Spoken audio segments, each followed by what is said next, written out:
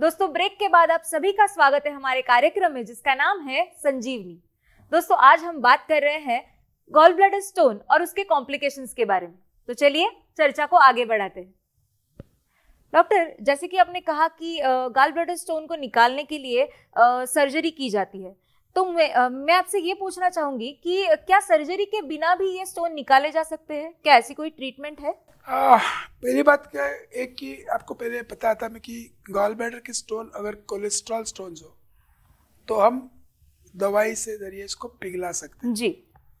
दूसरी बात यह है कि अगर मैं दवाई पिघल गया पथरी और बाद में उस गॉल ब्लैडर के स्टोन पिघलने के बाद में मैंने दवाई बंद कर दी, जी, चांसेस आर वेरी स्ट्रांग कि एक 3-4 साल के अंदर वो पथरी वापस बन जाएगी। अच्छा। The reason is very simple कि गॉल ब्लैडर पथरी जो बनती है वो पथरी गॉल ब्लैडर वॉल को थोड़ा नुकसान करती है। जी। और वो नुकसान हुई वॉल जो है वो काफ़ी हद तक उसको गॉल ब्लैडर स्टोन पथरी बनाने में मदद करती है। मैं आपको एक आसान एग्जांपल देता हूँ। अगर आप जब नई गाड़ी लेते हो तो उसको कभी जंग पकड़ता नहीं है, लेकिन मान लो कहीं भी एक पेंट की खरोच आ गई, उसको वो पेंट निकल गया और लोखंड को रस्ट पकड़ता है और पूरा रस्ट फैलते जाता है। जी। उसी तरह गॉल ब्लैडर में पथरी हो गई, वो पथरी बेसिकली उसको नुकसान लगाती है, दैट वॉल बिकम्स डैमेज। तो पहले 200 साल पहले वो लोग पित्त की थैली ओपन करते थे, उसमें से पथरी निकालते थे, पित्त की थैली बंद करते थे। 6 से 8 महीने के अंदर दूसरी पथरी बनती थी। अब प्रॉब्लम ये बन गया तो उसका करे क्या? तो ऐसा इंटरनेशनली एक्सेप्टेड स्टैंडर्ड कि अगर पित्त की थैली में पथरी है तो पित्त का थैली निकालना जरूरी है। अच्छा। वो जरूरी इसके लिए है कि इसके कॉम्प्लिकेशंस को अवॉइड करने के लिए। जी। जॉन्डिस हो जाता है, पैनक्रियास में दिक्कत आती है, लिवर खराब हो जाता है और खराब हो जाता है, तो उसकी वजह से बोलते हैं कि निकाल दो उसको। पथरी पिघला सकते हैं, no problem, but chances are very high ये वापस आ जाएगी पथरी। जी। So surgery would be the best bet for gall bladder stones. जी। डॉक्टर, इतने सालों में आपके पास कोई ऐसा केस आया है जो आप हमारे दर्शकों के साथ शेयर करना चाहें?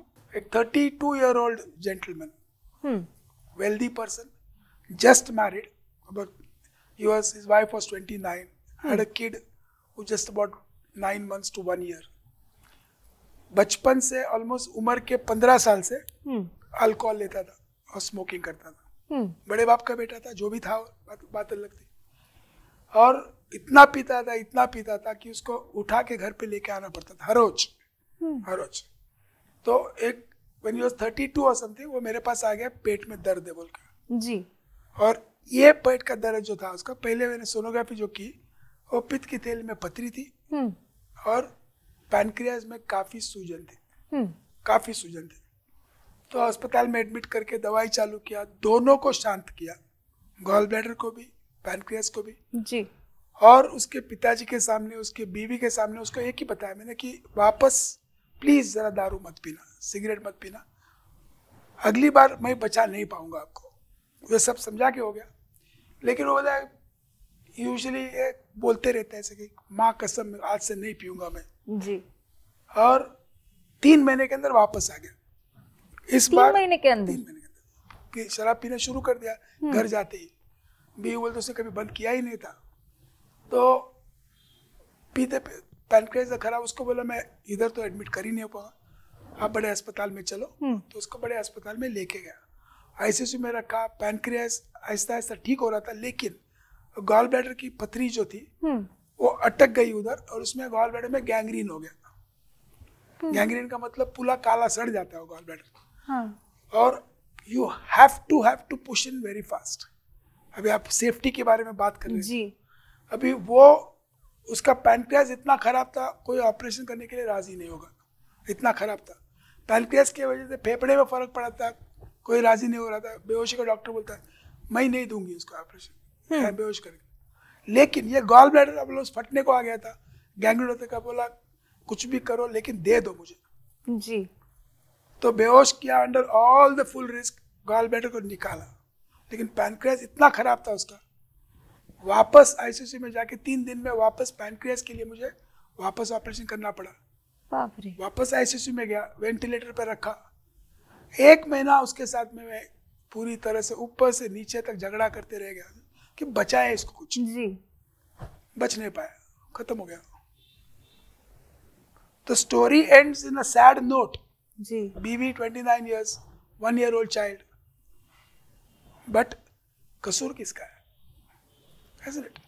जब हम समझाते हैं उनको मत करो, जी, मत करो, हमें इन चीजों का ध्यान रखना बहुत ही जरूरी होता है। क्या बोल सकते हैं उसको? जी, अगर हम ध्यान नहीं रखेंगे तो सफर हमारे परिवार वाले ही करने वाले।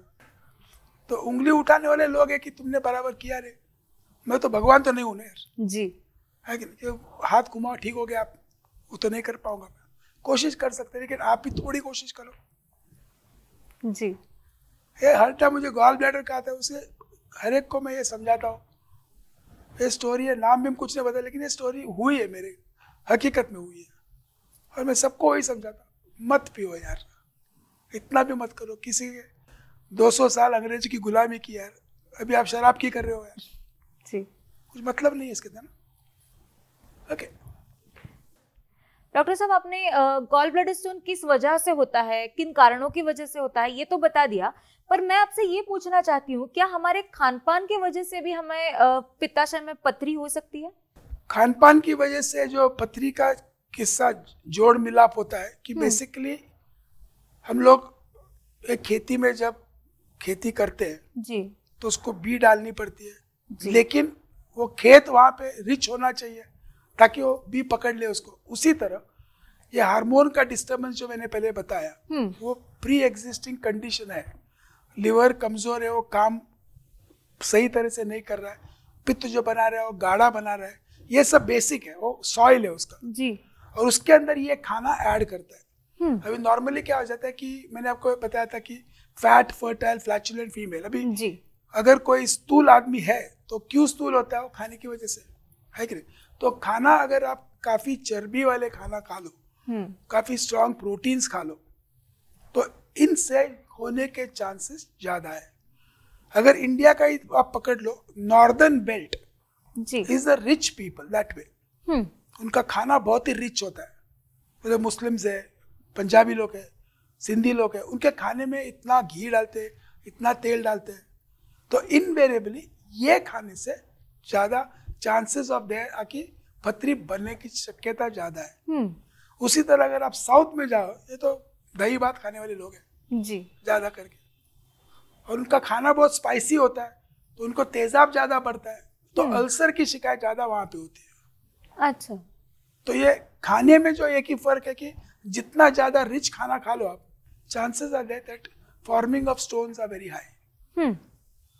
तो अगर आप पनीर खाना पसंद करते हैं, अभी साउथ में तो पनीर हम लोग हार्डली खाते हैं, हम साउथ इंडियन, आई नो, हम तो हार्डली पनीर खाते हैं किधर जी, सिंपल दही चावल दाल चावल खाते हैं, बस भात भाजा को अच्छे।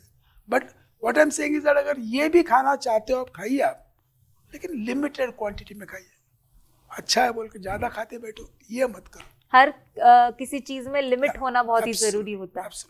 Strong proteins and strong fat levels can promote gall bladder stones, क्योंकि ओरिजिनल सकम चाहिए। अभी मान लो कि आदमी एकदम दुबला पतला है, भले वो ज्यादा खाए और उसका लीवर अच्छा काम कर रहा है तो कुछ नुकसान नहीं होगा, कुछ भी नुकसान नहीं होगा, लेकिन बेस उनका सॉइली अगर रिच है, वो खाली रुक रहा है कि कौन आए और पथरी बनाए। डॉक्टर साहब, क्या उम्र का भी इसमें पथरी होने में कुछ संबंध है? ऑन एन एवरेज एक पथरी बनने के लिए ऑन एन एवरेज अबाउट 6 साल लगते हैं, छोटी पथरी जी, लेकिन एक पथरी से 50 होने के लिए 2 साल में भी हो सकते हैं, 1 साल में।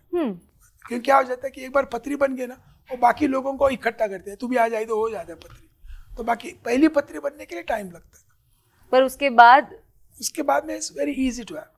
मैंने गॉल ब्लैडर जो निकाला था उसमें पेशेंट ने बोला साहब कितनी पथरी है, तो मैंने पूरा गॉल ब्लैडर खोल के सब पथरी उसके बाद दिया, तुम गिनो।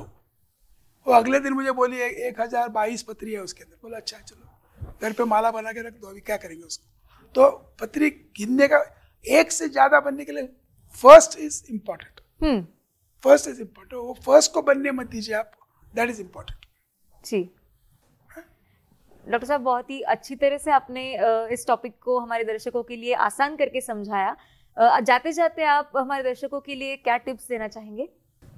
टिप्स के हिसाब से मैं एक ही कहना चाहता हूँ कि a normal good healthy lifestyle, do not over eat anything but eat everything. जी। तो अगर आप एक गुलाब जाम खाओ और 20 खाओ, एक ही बात है, तो एक ही खाइए। जी। So everything in limits is the first rule to keep your body healthy. अगर आप किसी फैक्ट्री में जाओ, वो फैक्ट्री आपके 50 दरवाजे बना सकता है और उसके पास आपने 5,000 के ऑर्डर दो तो फैक्ट्री बंद ही पड़ेगी, ओवरवर्क होगा तो खराब हो जाएगी फैक्ट्री। उसी तरह अगर किसी भी पुर्जे को आप ज्यादा काम करने लगे, वो नुकसान तो करेगा ही करेगा। आप अपने शौक के लिए खाते जाते हो, लेकिन आपको उम्र का ख्याल रखो अपना कि अभी नहीं होता है, अपनी फैक्ट्री भी पुर्जे भी कमजोर हो जाते हैं ऐसा ऐसा। तो आमतौर पे यही बोलता कि लाइफस्टाइल चेंज में एक ही करना आपको, हर साल में जब जाते हैं आप, उसको आप एक एक चीज़ को आहिस्ता आहिस्ता कम करो।